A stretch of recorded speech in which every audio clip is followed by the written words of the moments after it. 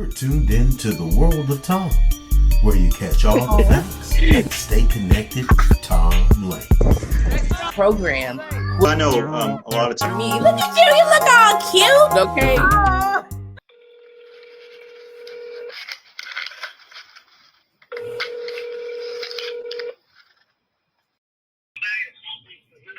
Hey, that's what I'm talking about. It's a little cold today, though. Well, it just makes me enjoy my morning cup of coffee a little bit more. Welcome to In the World of Tom's Breaking News Thursday. I'm Tom Lane, and today I am speaking with Mr. James Walton, commander of the American Legion Post 114 in Sikeston, Missouri. Mr. James, how you doing? It's a beautiful day in Sikeston, so I have to be doing good. So I just recently found out that the American Legion is the organization that basically coordinates the Cotton Carnival.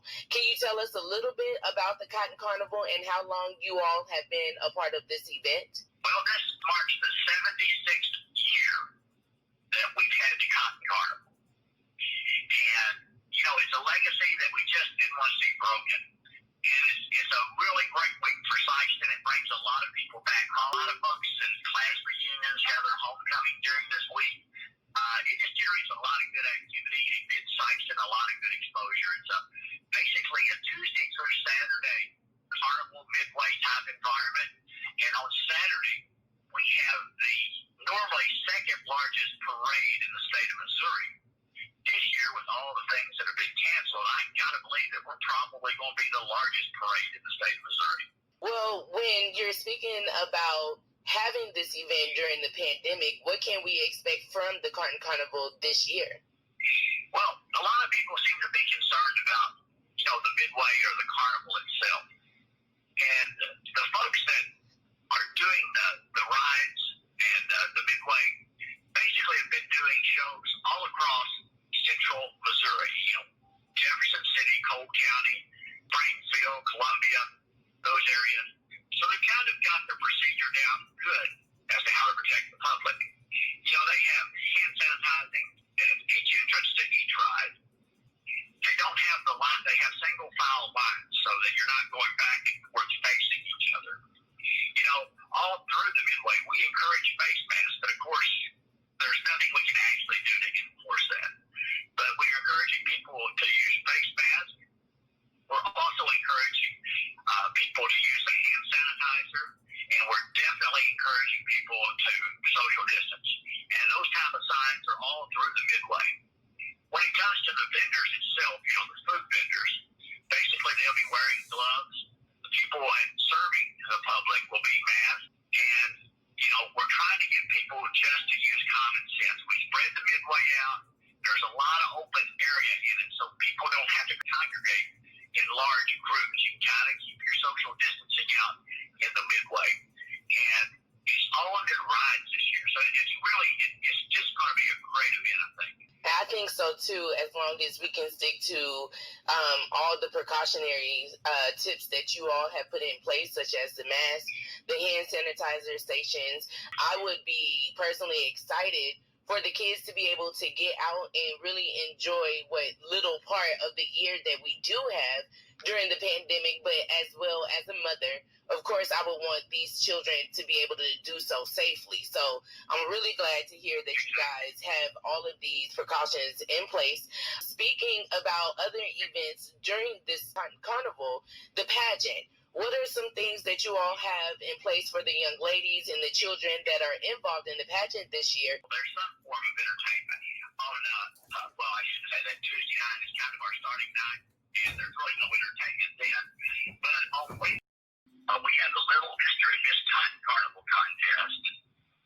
Now, on Thursday, we have the Junior Miss Sikeston contest.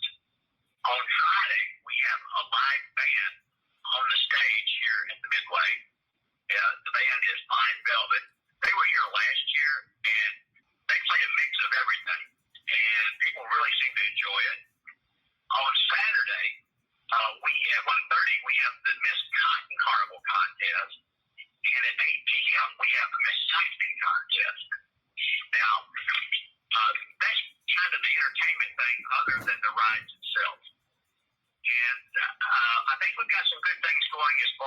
cost of the rides this year also, and I can go into that if we've got time. Yeah, we sure do. Go ahead. When I grew up, it cost 25 cents to ride the Scrambler. Well, now that was 50 years ago, or 60 years ago, I guess, probably. Of course, the rides are more expensive now. But what happens is that you buy coupons, like most theme parks do now, and the rides require multiple coupons. In the past, those coupons been $1.50. This year, we negotiated with the company that runs the Midway, the Carnival, and when those coupons are $1, the real bargain is wristbands. If you got kids that like to do a lot of riding, then for $25, it's unlimited riding for the rides on Tuesday night and Friday night and on Saturday noon to 5. So for the kids, the older kids that aren't afraid of the rides and stuff like that, they're going to come out and want to ride a lot of stuff. And they've got new rides this year. I mean, this is really a new Midway. So I think the kids are going to be excited about it. And basically, they can ride all they want. Now, really excited about Wednesday night. Basically, all rides require one coupon, which is $1. So it's really Wednesday is dollar ride night. And, look at the situation. Because people bring young kids, we've done a lot of kiddie rides out here. Well, some kids don't want to ride, some kids are afraid. And you don't want to go buy a whole bunch of coupons, and then, your kids don't want to ride. So on Wednesday night, you can bring your kids out and buy dollar coupons, as many as you want, and then try the kids and see if they're good to ride the ride. So I just think that's a phenomenal thing for people with young kids. Mm-hmm. And the other thing is those coupons are good at other times during the week. So let's just say, look, if you want like $25 worth of coupons, you only use 5 of them on Wednesday night, well, those coupons will be good the other nights of the carnival also. So we changed things a bit, trying to accommodate people, and, with COVID, a lot of people aren't working as much as they were and different things, so we try to be sensitive to that as much as we could. What are your hopes for this year's event? Well, it's all across the board. I talked to the carnival people, and they say the shows they've been doing have been at about 50% capacity. In other words, they sell about 50% of the tickets that they normally sell. So their crowds have been way down. Well, the other end of the spectrum is that we're in southeast Missouri, and everything has gotten canceled. So we're kind of the only thing that's been going on.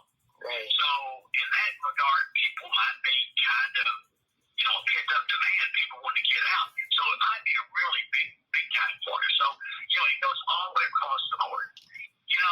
At the end of the day, I'll be happy. It's not necessarily the crowd size, but that we put on a class act and a safe act. Right. And we continue the legacy of the Cotton Carnival in Sikeston. With SEMO District Fair canceling, does that worry you a little bit about the turnout? Oh, no. I mean, really, people don't understand why they actually canceled. I contacted some of the people that work there. And the reason that fair got canceled was not because of outside pressure. Basically, their workers are all pretty much senior citizens folks. And actually, they couldn't get enough people to volunteer to run the show because of their fear and different things. And so, really, that was kind of like a misconception about why they canceled that show. It was just a matter of getting volunteers, I think, because that show requires a lot of volunteer help up there. Right, and that poses the question, do you all have enough volunteers to help with this event? Well, we never turned down workers. And so, we have enough to pull it off. Our group, our members are getting to be more senior. And we've got a group of people who have stuck with it and endured. And, in southeast Missouri, it's really kind of funny. We're at a different stage of COVID than like you guys are in St. Louis, right? Mm-hmm. Right. I mean, pretty much life has been going on as usual in southeast Missouri.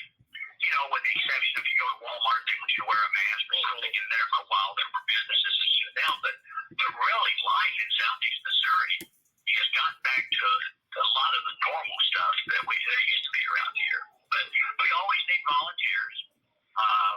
And one thing it helps is because the carnival brings their own workers in. We have to organize for the parade, but it's a community event. And the Sikeston JCs are just really great to help us put the parade on. They send workers out. Yeah. They help with everything. It's just a great organization. And the other thing is our DPS, the Department of Public Safety here in Sikeston, and our first responders.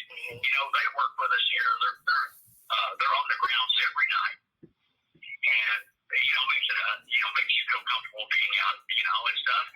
I tell you, it's a community event, and I think we're going to pull it off. We can always use more help. There's more things that could always be done, but I think we'll have a really class act this time also. Before I let you go, would there be anything that you would like to say to the community? Oh, sure.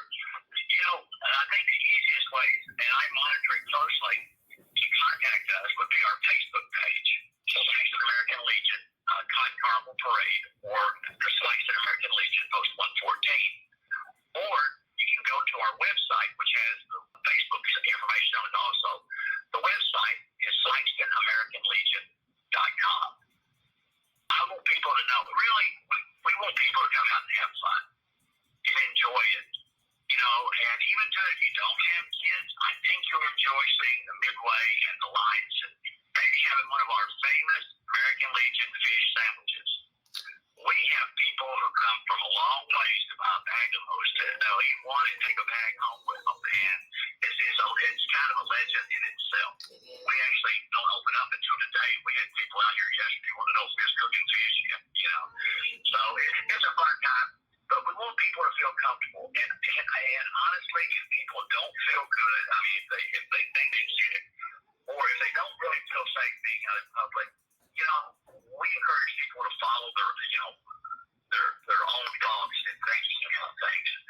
We're trying to be as safe as we can, and we encourage people when they come out to watch and try to distance, wear the mask, use the sanitizer, all the things that are in place to help them protect themselves. But we really want people to come out and have fun. All right, well, perfect. Well, I want to thank you again, Mr. James, for joining me in this conversation. And I also want to thank all of those who are tuning in to listen. Hopefully we can do more work together, Mr. James. Sikeston is my home, so I'm more than happy to help.